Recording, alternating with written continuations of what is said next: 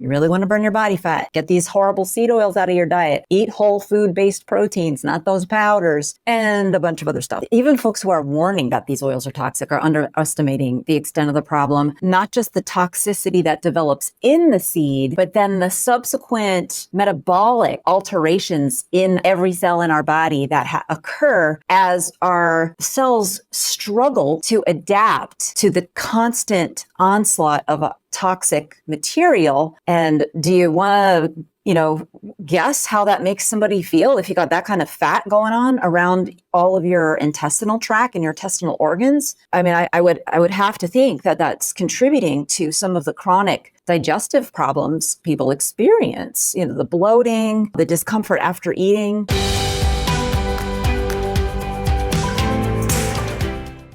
All right. Good morning and welcome. We have with us today Dr. Cate Shanahan, who I'm very pleased to chat with again. It's been a couple of years since we chatted last, and she's got a new book out called Dark Calories, which is coming out.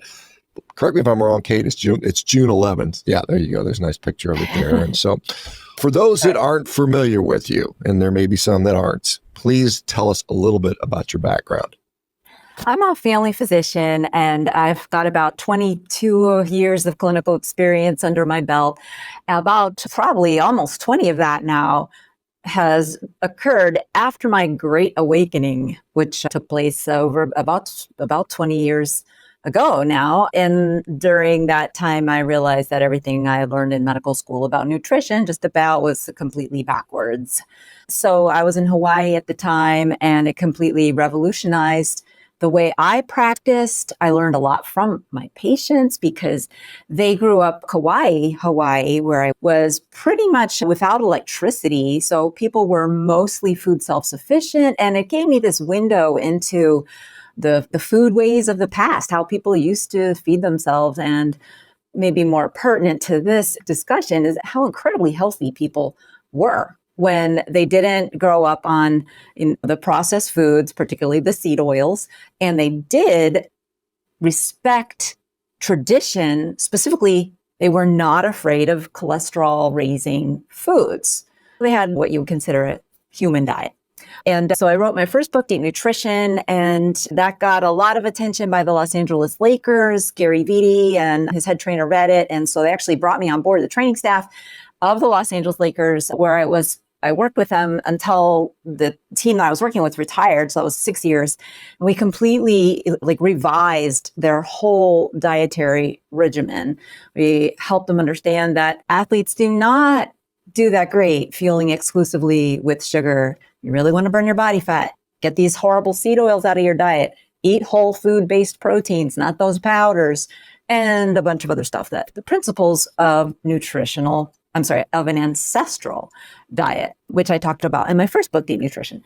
And since then, though, realized when I first wrote it, I wasn't sure whether I knew vegetable oil and sugar were both bad, and refined flours too, being empty calories, but I wasn't sure which was worse. And since then, I've really learned a lot more about the toxicity of vegetable oil. So that's why there's more in the book Dark Calories than what was in my other books. Question for you. I know this is totally an aside, but were there a ton of little chickens running around when you lived in Kauai? Like last time I was there, I just remember all the chickens everywhere. Was that the deal back then? Yeah, absolutely. Yeah, they got let loose in a hurricane in 1991. Before that, there were no chickens loose on the island. Those were fighting chickens, and nobody knew how to cook them properly. Hardly anybody did. So even though it was free food, nobody took advantage of it, at least back when I was there. Yeah, I heard some people say they're lean chickens or stringy or something like that. But let's see, when you think about what is, I often think of like a donut as the absolute worst kind of combo of everything, because refined grain, it's sugar, it's usually fried in God knows what, and I'm sure we'll get into that. But let me ask you about this, because obviously there's a lot of a lot of people talking about the harms of vegetable oil, seed oil. It's industrial lubricant. We haven't been eating it that long. Clearly, it's not been in the human diet for more than, say, maybe what Eli Whitney and his cotton gin, when we first started pressing cottonseed oil, and then we started turning that into food in the late 1800s sometime. Why? There are people that will say that it's heart healthy, it lowers your LDL cholesterol. Studies that show replacing polyunsaturated fat with saturated fat with polyunsaturated fat leads to lower LDL cholesterol, which is the holy grail of health. Obviously, if we lower cholesterol, all things get better, right? I'm saying that obviously with some level of sarcasm there. But why do you feel that these things are uniquely problematic for us?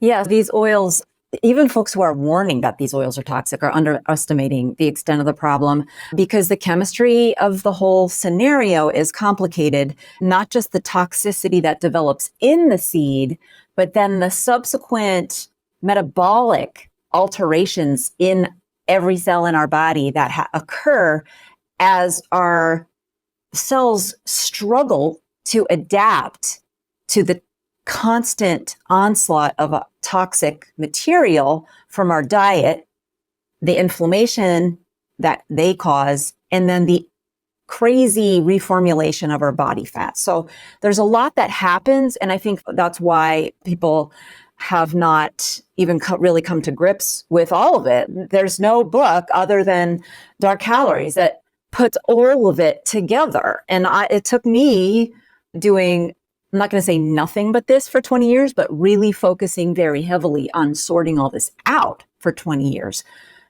to put it together. So so it's just not out there yet. And that's why people downplay how toxic they are. That's partly why, because it just hasn't been said yet. And maybe I will say some of that on this show, I hope. Yeah, I'd love to get into that. One of the things that I've been aware of, and I'm eating an all meat diet, so I don't really eat that stuff at all. And it hasn't harmed me in any way, not including canola oil in my diet or whatever, soybean oil.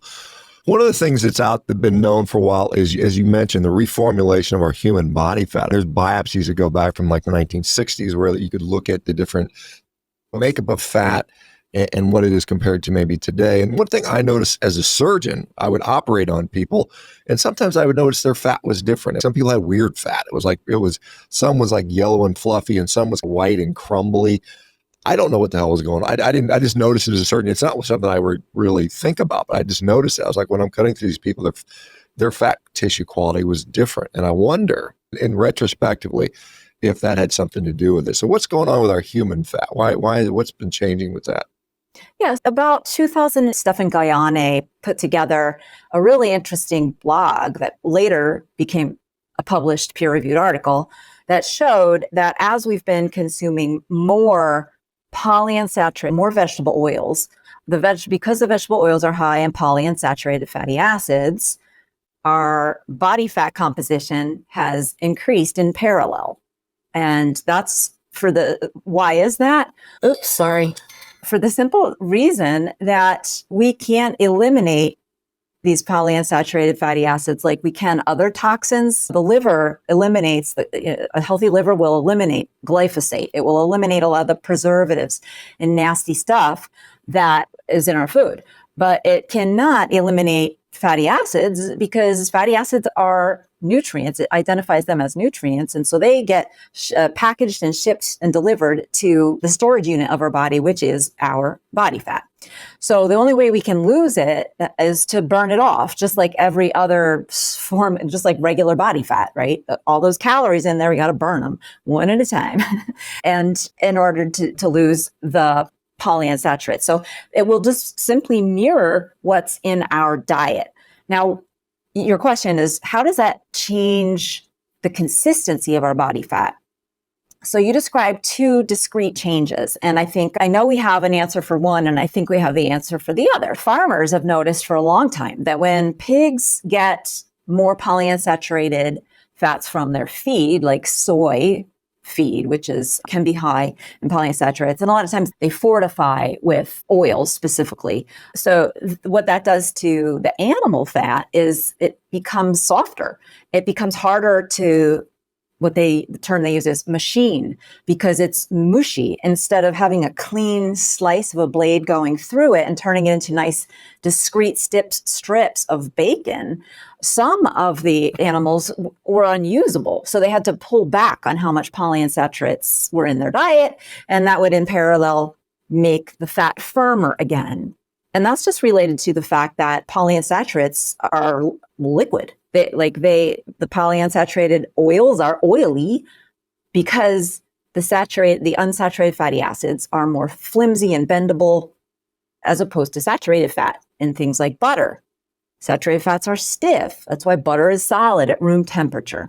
So these chemical properties have visible, we can see the differences. And so one of the things, if you're noticing that the fat was more just like soft or less invested with connective tissue or just seemed floppier, other people have made that observation. And I actually have a study in there where somebody did make that observation and it was published. So that's one thing, that's the softness. But what about that crumbliness, or probably the term in your dictation report was friable? Did you use that word? Yeah, it just means it falls apart. I think that might be due to the fact that the diet of vegetable oils, what it does to our bodies is deplete antioxidants. When you deplete antioxidants in our bodies, any kind of inflammatory reaction that's going to get kicked up or stirred up, it's very hard to calm it down. And sometimes you just get spontaneous inflammation. Inflammation draws white blood cells. White blood cells create necrosis. So they just create a mess. They create like watery fat. And so this also has been studied that basically some people have inflammatory fat. Usually it's their visceral fat, the fat around the intestinal tract. And when they look at the cellular makeup of that, they see that it has sometimes as much as 50% of it is white blood cells, which are not fat cells, they're immune system cells. In other words, it's crawling with infection fighting cells as if it's an infected organ. It's really different from normal body fat. And do you want to guess how that makes somebody feel if you got that kind of fat going on around all of your intestinal tract and your intestinal organs? I would have to think that's contributing to some of the chronic digestive problems people experience, the bloating, the discomfort after eating.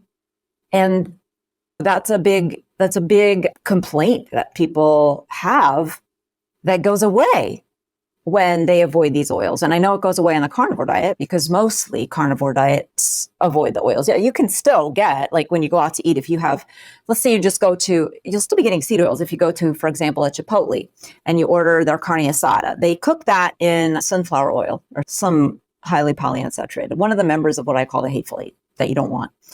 And carne asada is shredded. So there's a lot of surface area there for oil to worm its way in, and it will. And so you'll be getting 10, maybe 20% of your calories from the seed oil. So you still have to be careful, even on carnivore diet. It's not as bad as the absorbents that you get in French fries and the starchy foods and the breaded and batter fried foods, or even around vegetables. You go to a restaurant and you get spinach or any kind of leafy green. Those greens are also individually coated with a layer of oil because they use the cheap oils now instead of butter or quality oils to cook vegetables as often as they can. They can get away with that. So even if you're not strict carnivore, but you are keto, you are still getting a lot of these things when you go out to eat at any restaurant. Yeah. That's I really got to eat these days. One, it's cheaper for me to cook at home, and I feel I do a better job. But let me ask you another question around fat, maybe quality and composition. Do you think this plays a role in the development of cellulite? That's an interesting topic because I'm just wondering when cellulite, I don't know. We don't really have good pictures from the 1700s of women's legs or usually women is usually where we see it. Do you think that has a role in that because it changes the quality of the fat? We do know that, here's what we know about cellulite, and I wrote about this in Deep Nutrition. We know that it is invested with less connective tissue. Normally, the deeper subcutaneous fat has 3 layers of connective tissue going through it and lots of little struts in between that to just support it so everything stays firm and doesn't start to sag. But when people have cellulite, when they look at cellulite under a microscope, they see that instead of 3 layers of connective tissue going in one direction, it's only got 2, and there's just fewer of those struts in between, and what they have tends to be flimsier. And so the fat itself is less organized in there. There's little blobs of thumbs of fat that kind of poof out, sort of the way a old balloon after a party, wrinkles up and has funny lumps. So that's happening because of the connective tissue problem. Now, is that related to seed oils? It certainly could be, because through the downstream effects of inflammation, the development of correct layers of connective tissue everywhere in our body, not just our cellulite, not just our body fat, requires a lot of hormones, and inflammation will get in the way of that, and seed oils drive inflammation. But the other thing is just lack of nutrition. One of the things I wrote about in Deep Nutrition, and that I bring back again in Dark Calories, is that we don't do bone broth. And bone broth, most Americans, bone broth contains special nutrients that, as it turns out, have hormone-like effects to the development of our connective tissue. And so as children used to be weaned basically on bone broth, and certainly throughout their development in utero, they would have been exposed to compounds from bone broth and just basically have all the building blocks for collagen. Collagen is the most abundant protein in the body, and we just have to really have a very proper human diet in order to be able to build enough. And so I totally believe it has a lot to do with the cellulite. Babies now, newborns, maybe you don't. I don't know if you operate on little babies. I was seeing children in their well child checks, 4 months old, who already had cellulite, and they weren't overweight. They were normal weight for a baby. Instead of having that nice plump, juicy, deliciously smooth body fat that babies have, it was sadder. It was lumpy and soft. And it's just so tragic, because I know that child will also have joint problems prematurely, maybe even aneurysms. Connective tissue defects lead to all of those problems. Let me just develop this joint problem thing, because I gave a lecture recently in South Carolina at the Strength Coaches Association, talking about aging joints. And one of the major differences between a young joint and an older joint is the development of these advanced glycation end products. And the things that lead to that: hyperglycemia, the polyol pathway, which results in fructose. But the other thing is lipid peroxidation. And I suspect, and correct me if I'm wrong, but lipid peroxidation is probably enhanced by the consumption of these seed oils. Is that fair to say, or what are your thoughts on that? Yes. So lipid peroxidation is not just enhanced. It's like the root cause of lipid peroxidation for most people who don't smoke is probably 90% vegetable seed oils in their diet. And just to quantify, like 30% of the average person's daily calories are coming from vegetable seed oils, and 80% of their fat calories. And they contain toxins, and they do something very terrible to our cells. And that is, they promote oxidative stress. Oxidative stress is what's responsible for lipid oxidation. Not glycation doesn't cause lipid oxidation, but lipid oxidation does accelerate glycation. So that's why I say that the seed oils are the main driver of everything bad in the food supply. And they are literally, I think, what puts the junk in junk food. And they're the reason processed foods are bad. And it all ties to, you touched on it, lipid oxidation. What does that come from?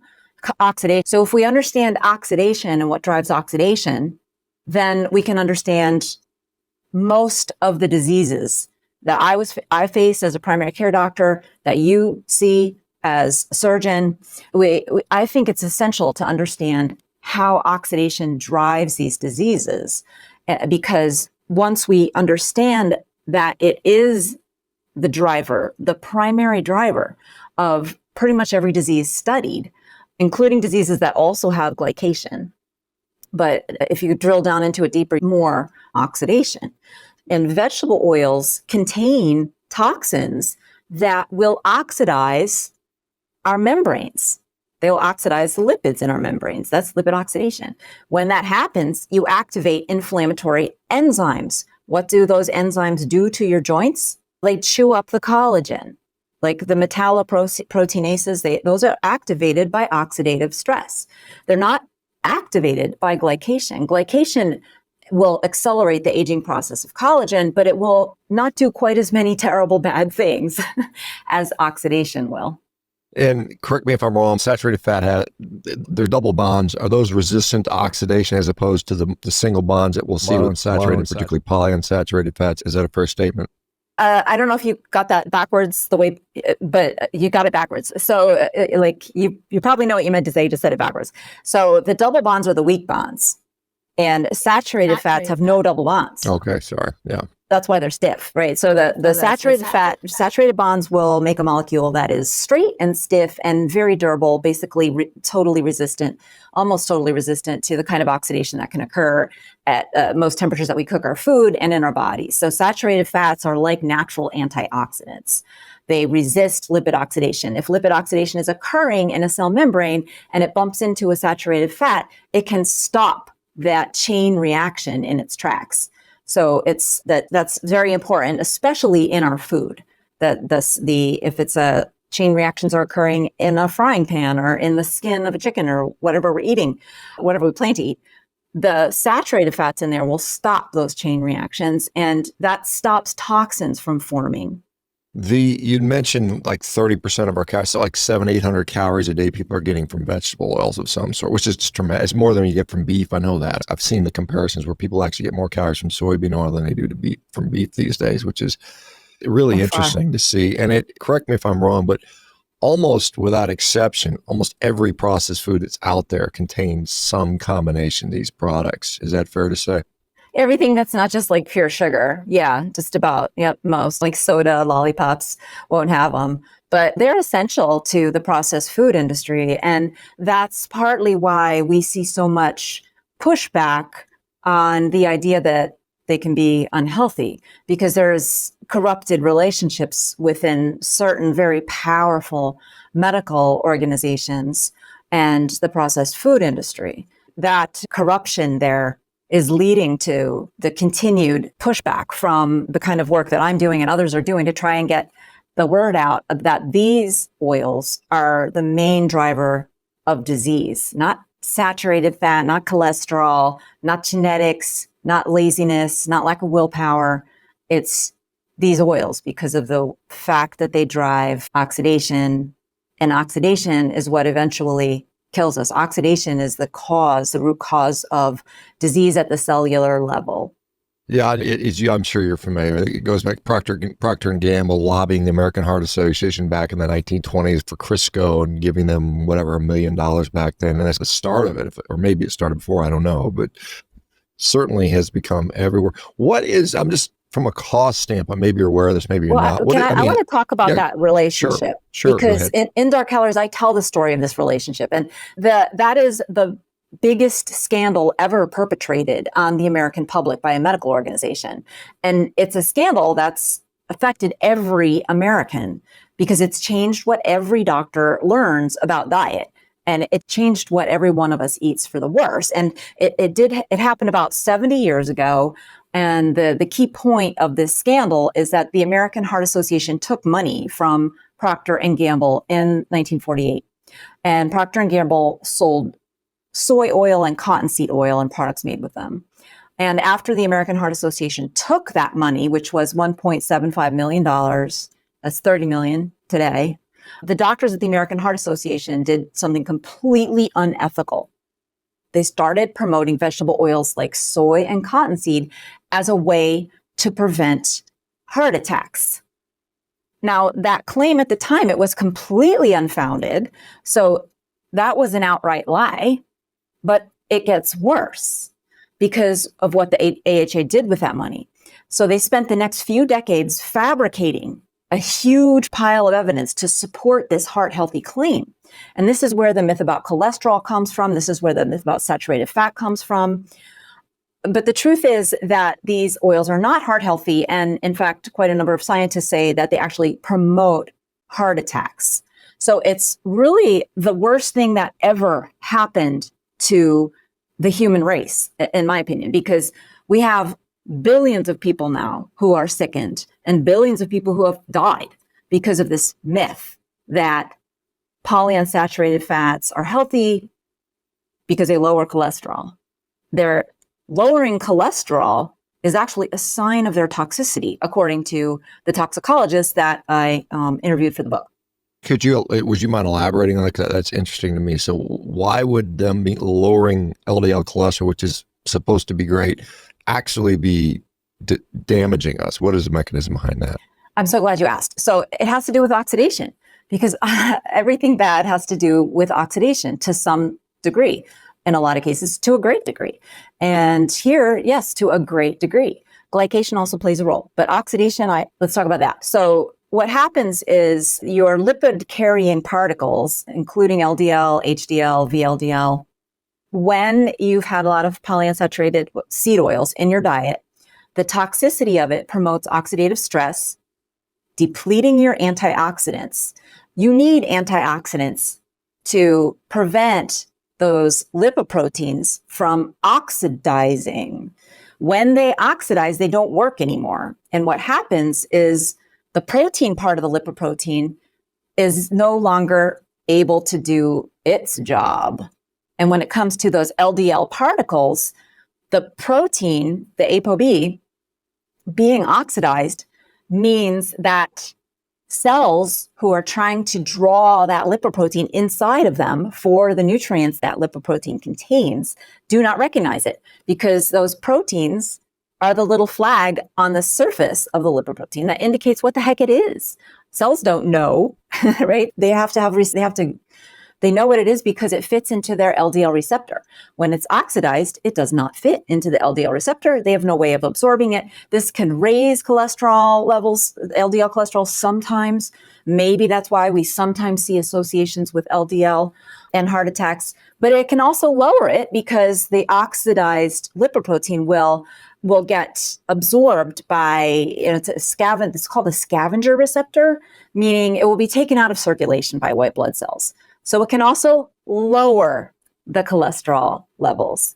And it also just may not be functional so that the liver will not be able to pick it up either. So you'll have a whole bunch of small, dense LDL particles that don't have a lot of cholesterol in them, but they're just little nubs of burnt protein, of burnt ApoB. That's what LDL, small dense LDL is basically, has very little cholesterol in it. It's mostly oxidized fats and oxidized proteins. That's what it is. So that's why a lot of researchers have said that the vegetable oils, the fact that they lower cholesterol means that they're oxidizing the lipoprotein particles, and that oxidized lipoprotein particles are the root cause of atherosclerosis. And I think even cardiologists would agree with that statement. It's the oxidized LDL, not the healthy LDL.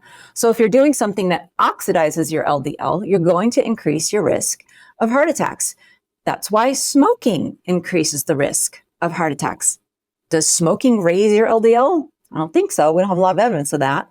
Does it lower it? It certainly lowers your HDL. Let me ask you just I would assume, and correct me if I'm wrong, a couple of diseases: dementia, autoimmune disease, cancer. I think those are three very important topics. Does polyunsaturated seed oils have a role in development of any of those diseases in your view? Yes, they have a role in the development of those diseases because those diseases are diseases that involve oxidative stress, inflammation, and oxidized lipid membranes, dysfunctional mitochondria, everything that is a hallmark of oxidative stress. Yes, medicine has just done a really bad job, Dr. Baker, of identifying root causes. This is why I want to talk about this for a second, because I had a problem as a doctor because I hated managing risk factors with medications. I found that really depressing. And I don't know if you can relate to this feeling of uselessness before you learned what a real healthy diet can do. But we graduate from medical school calling most important diseases idiopathic, basically. Right. What does idiopathic means?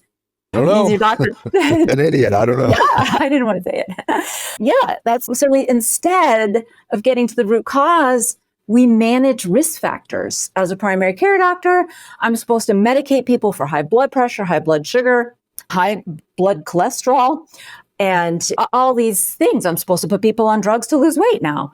I'm not going to say that it's on purpose that doctors don't learn that the root cause is oxidative stress.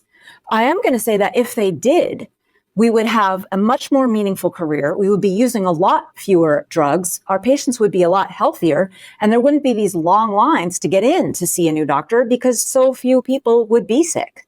Let me ask you, because you mentioned obviously we accumulate our fat cells as a primary storage place for lipid, but lipids also are involved. Every cell membrane in our body has lipids. We've got this lipid bilayer. Did these seed oils get incorporated into those membranes as well? Are we seeing them in our muscle cells, in our thymus, every cell in our body?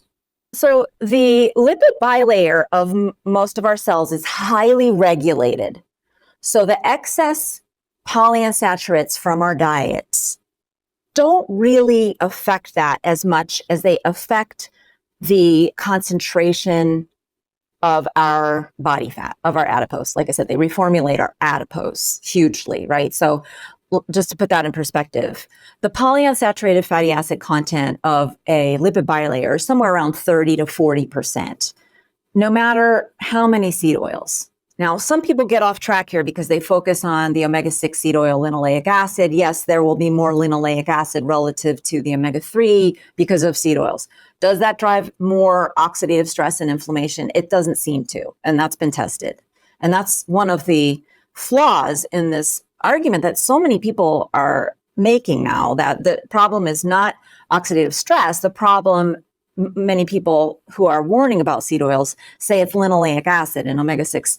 That is incorrect. And I don't want people saying that anymore. Please, if you hear anyone, please tell them, no, that's not correct, because it's oxidation that's the problem. And omega-3 is actually more susceptible to oxidation because there's more double bonds. But the problem with this being out there where people are focusing on omega-6 is that since it's not true, or there's not very much evidence for it, it makes it easy for the powers who want to sell us more vegetable oils, the medical authorities that say they're heart healthy, to shut it down and to say that people like me don't know what we're talking about. But that's not what I'm saying. And I don't want to hear anyone else saying it. So do what you can to stop it, please. Yeah, I've heard a lot of people talking about linoleic acid for sure. That's been around for quite a while now. Let me ask you a question about... Wrong. It's wrong. So it's so important that we understand the reason these things are bad. And it's one thing to know they're bad. I'm sorry to cut you off, but this is so important. It's one thing to know that they're bad and avoid them. But when the whole world is trying to shove these things down our throats, including the doctors who write guidelines, we have to know why they're bad. So that's why I think Dark Calories is going to change the conversation if enough people read it. Very good. If I wanted to assess in my body how much damage these oils have caused me, is there a reliable test that could say you're, 50% contaminated by seed oil? Is there a way to assess that the average person can do a blood test or maybe a biopsy? I guess a biopsy would be the best, but how would you do that? Yeah, so many things in medicine. There's not one single test that will tell you the answer. Like, just to give you an analogy so you understand what I'm talking about, hopefully the audience will follow along. There isn't a single test for inflammation either, right? Like, we can do CRP, we can do something called sed rate, we can do glutathione levels, we can do homocysteine levels. There isn't a single test, right? So you have to triangulate. And so that's what I do when I'm working with folks. And so I use all the standard tests, all the standard biomarkers that doctors are screening for anyway, because like I said, the root cause of all disease is oxidative stress. And the problem with medical science is that by focusing on the risk factors, we've overlooked the fact that the risk factors themselves are caused by oxidative stress. So what does that mean? It means if you have high blood pressure, that's a sign your body is somewhat overwhelmed by oxidative stress. If you also have type 2 diabetes or pre-diabetes or even insulin resistance, high blood sugars, those are signs of oxidative stress. If you have elevated liver enzymes, if you have fatty liver, that's a sign of oxidative stress. So on and on it goes. You get the idea, right? So high homocysteine levels, elevated uric acid. There's a lot of buzz about uric acid. You avoid oxalates. I think that's nonsense, frankly. Once people have already developed kidney stones, maybe it's important to avoid oxalate, but ask Dr. Berry. He says that's just a bunch of lies. And I would agree with him. I think oxalates in our diet are not the problem. I think you can, if you are not carnivore and you want to enjoy spinach or whatever vegetable, it's not going to build up kidney stones. high uric acid and problems processing oxalates are due to oxidative stress in the kidney, and that's disrupting the function of the kidney. Also, being chronically a never water drinker, so that also promotes kidney stones. But anyway, I'm going down a little rabbit hole there, sorry.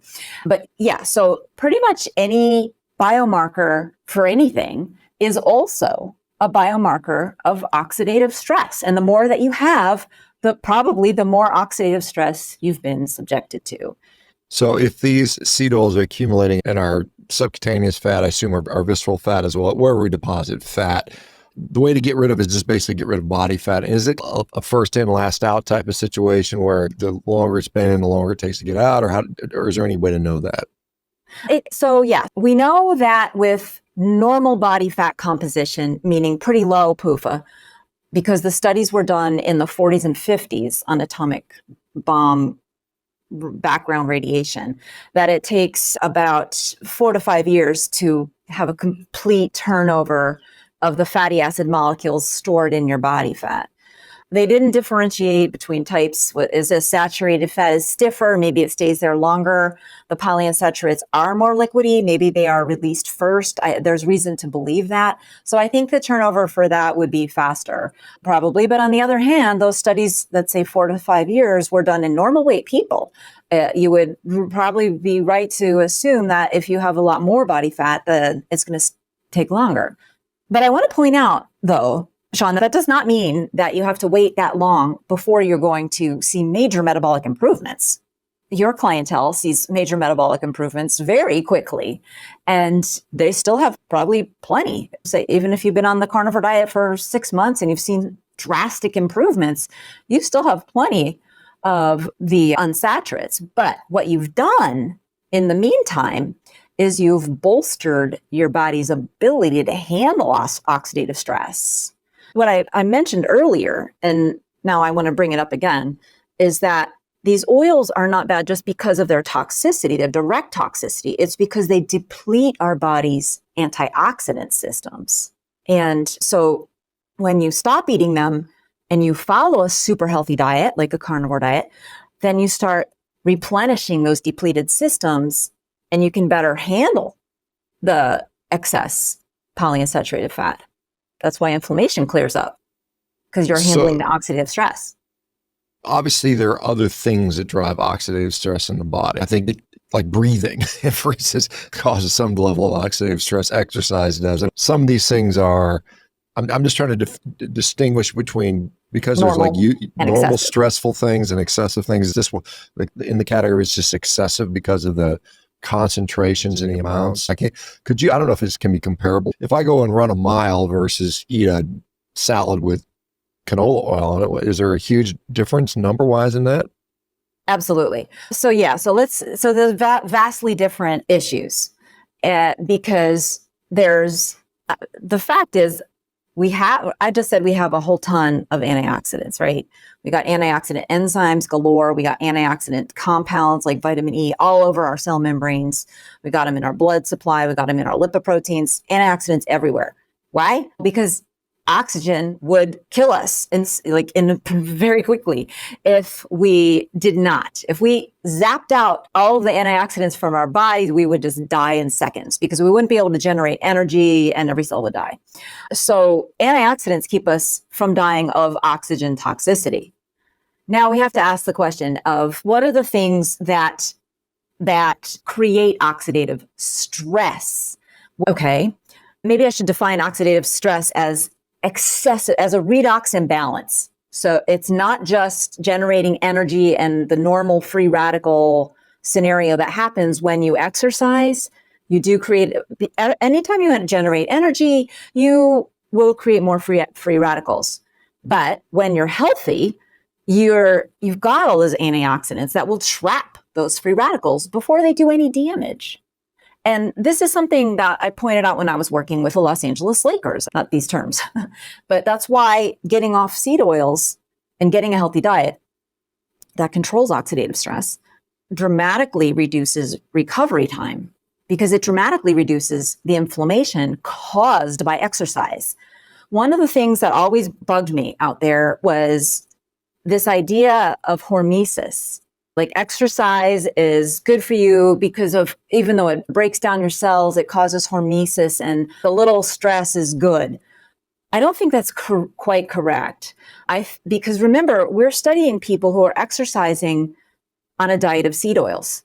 We're studying people who are prone to excessive amounts of inflammation induced by exercise. We're not studying normal, healthy people anymore.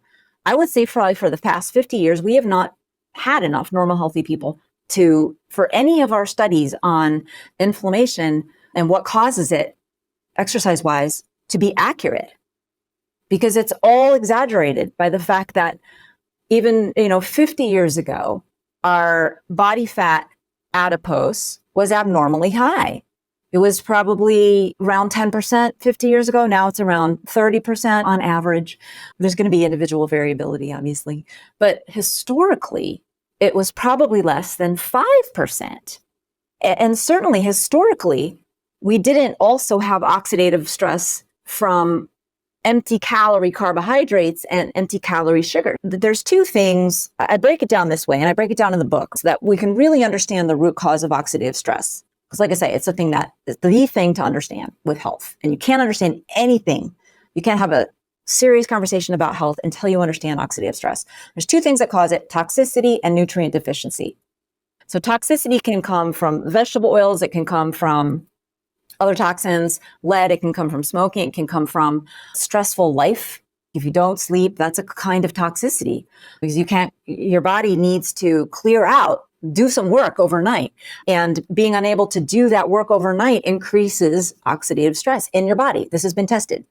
So that's the role of toxins. The role of nutrient deficiency is as follows. We need those nutrients to fight oxidation because it's always there to kill us. Like I said, if we didn't have any of these antioxidants, we would die in seconds. So we need lots of nutrients to create all of the enzymes and cofactors and have the vitamins in our diet and have the vitamins, therefore, in our body that are necessary to fight oxidative stress. So if you look at it that way, let me just ask a quick question on you, because there are this belief that we can consume antioxidants and that's going to provide this, or is it the endogenous antioxidants that are really the deal that we need to be mindful of? It's only the endogenous antioxidants exclusively, except for vitamins and minerals and things our bodies need from our diet to manufacture those endogenous enzymes and give them their functionality. Right? A lot of like magnesium is a cofactor for enzymes, antioxidant enzymes to work properly. So the idea that vegetables produce antioxidant, like most of these are antioxidant supplements are coming from plants. And the idea that plants produce antioxidants that we need is erroneous. Why would they do that? Plants produce antioxidants that plants need, which mostly involves protection from UV light. So very different needs there. Now, that's not to say that antioxidants are useless, because they do protect our food from oxidation, and they may protect our gut somewhat because before they're broken down by our digestive system and digested, they're still capable of having some antioxidant effect probably in our gut. But the idea that they get into our bodies is absurd. That's why there's a new antioxidant every few months, right? Remember resveratrol? That was supposed to save everybody's lives, right? That was supposed to be the reason that red wine caused longevity or whatever. And it was like 8,000 times the amount of resveratrol in a capsule as red wine. How come we're not all better then if that was so useful, right? Every single time another one comes out, there's so much marketing behind it. People buy it. The companies make tons of money and they're the only ones who win. Yeah. So when we go to the grocery store and we look at the box and it says loaded with antioxidants, we can just laugh at that, I would assume, correct? Yeah, especially if it's on a box of processed food that not going to do really anything for you. Is there something, you mentioned smoking, I assume alcohol is probably not particularly beneficial either, but is there any other things that either mitigate or enhance the deleterious effects of these oils? Yes, in terms of cooking, reheating is something to know about. It's time and temperature, right? Time and temperature, just like a burn on your skin or a sunburn. The longer you're in the sun, the worse it is. So the more these oils are heated and the higher heat they're exposed to, the more they deteriorate into serious toxins. And those toxins will then get into your body. And what do? They act like catalysts and go ahead and turn around and damage more polyunsaturated fatty acids. And even before they get into your body, they can do that. So once you've developed a little bit of toxicity, you heat it again, as in reheating, you're getting more toxicity, like a lot more. Yeah. So if you go to a place like they continually reheat their French fries over and over again in the same oil, that's like disaster central, I would assume, right? Yeah, that is disaster city, exactly. And there's a Dr. Martin Grupfeld who published a paper comparing head to head the toxicity of French fries versus cigarettes. And he says it's a 1-to-1 comparison in terms of the toxins called alpha beta unsaturated aldehydes that are responsible for the toxicity of both cigarettes and French fries. Another thing that I hear a lot, Shawn, is from patients who think they got a stomach bug after eating old pizza or leftover takeout fries or leftover takeout anything that was deep fried. Here's what I think is going on is that stuff sat in the fridge, and as it did, it was slowly oxidizing, and then they microwaved it, which accelerates the oxidation process because of the heat and the direct radiation, which is causing free radicals in the oils, just like it causes free radicals in styrofoam. So you're just getting a cascading effect of massive amount of more toxicity in that already not so great pizza or fried food. And it's so much so that your stomach has a violent reaction, or it's destroying your gut flora and giving you diarrhea. Like you feel like you had food poisoning, but I don't think that's likely to be the case.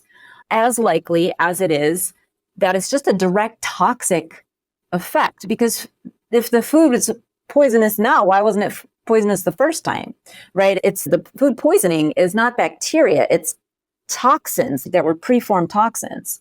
So it's not like something's alive on there, that kind of food poisoning that's cleared up in 24 hours, which is what people get. Right? There's different types of food poisoning, but not to confuse the issue. But like this is a toxicity type of food poisoning that people experience. And I think it's, so just don't eat like your leftover pizza. If you're going to just eat it cold, don't heat it up. I've seen a trend, and again, it's very small in scope so far, but some restaurants are now adopting tallow-based preparation like they used to back in the day, maybe lard, I know there's this 0 acres, which I think you do with, if I'm not mistaken, but what's going on in that realm? Well, because deep fryer food is continuously heated at such high temperatures, the worst of the worst toxic foods come out of a deep fryer. And so if you can at least upgrade the fat there, less likely to oxidize like tallow because it's more saturated, or like the 0 acres, because even it's not as good as tallow would be, but it's not polyunsaturated, at least it's monounsaturated. So it's going to be a little bit less toxic. But deep frying, frankly, is not a great, it's never going to be really good for you. Yeah. Because the restaurants if you do it at home, it's one thing. You got to throw out the oil after 2 or 3 uses, period. It's no oil can sustain. What happens is just gross things get out of the food into the oil. And then it's just at that point, the things from your food start becoming toxins. And it's just a no good scenario. You have to throw it out.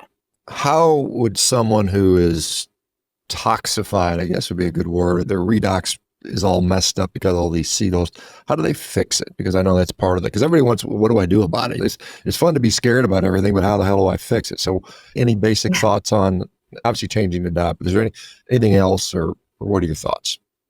Yeah, so a third of the book, Dark Calories, is devoted to helping people get their metabolism back on track and feeling better starting from day one, really, because I teach you how to build a meal, one meal at a time. You're going to start energizing your cells with fuels that your mitochondria can use more effectively. And that is going to reduce a ton of oxidative stress, because forcing our little mitochondria to burn polyunsaturates is just turns them into little toxin generating machines. And it has profound effects that lead to a metabolic condition that is a whole other topic to talk about, called insulin resistance. It makes your cells sugar addicts. So I help people walk their way out of this trap. Basically, seed oils drive us to crave sugar, right? That's another reason they're worse than sugar. Sugar doesn't drive anyone to crave seed oils. But what seed oils do to our metabolism in inducing oxidative stress and therefore insulin resistance is make our cells crave sugar, because they have to burn something that's not going to hurt the mitochondria. When your body fat doesn't work for that, they have to use your blood sugar. Problem is, there's not enough. And in order to increase the amount of sugar in your blood, you have to become insulin resistant. It's a huge topic, very important to understand. If you have type 2 diabetes or prediabetes, this is going to help you understand the root cause of it like nothing else ever has. Interesting. But to get out of it, you just build one meal at a time, and that is very important. And I have lots of example meals, lots of very simple recipes. You don't have to even cook the vast majority of what I talk about in the book. So it's very practical. Can I still eat steak? Yeah, just don't cook it to death. Like, don't char it. If you turn it into charcoal, where there's like mostly charcoal and brown, leathery, that's not a steak anymore. It doesn't taste good anyway, so no one wants to eat that way anyway. Yeah, for sure. Cate, we're unfortunately through an hour, and share with us where they can find the book, anything else you want to share. Yes, you can find the book at Amazon, but I think you should look at my website first, because it'll tell you a little bit about the book and other places you can order it besides Amazon if you don't like Amazon. So my website is drcate.com, which is DRCATE. And when you visit, please scroll to the bottom of the website and sign up for my newsletter, which comes out about once a month after the initial sequence to get to know you. And that way you can stay up to date with other projects, because getting like into the groove of a healthy diet for long term requires a lot of support. And I'm working on resources that will help support people to really reorganize your life, so much so that you're just going shopping is basically meal planning. All right. So seed oils, oxidation, not linoleic acid. We need to know that endogenous antioxidants are more important than the exogenous antioxidants, and insulin resistance. And insulin resistance, yeah, that's interesting. That seed oils drive the craving for sugar. I hadn't heard that before, so that's interesting to hear. Thank you so much, Cate. Appreciate it. Good luck. I hope this thing sells gazillions of copies and we get this information out there. So thanks a bunch. Thank you so much for having me on your show. Appreciate it. Bye-bye.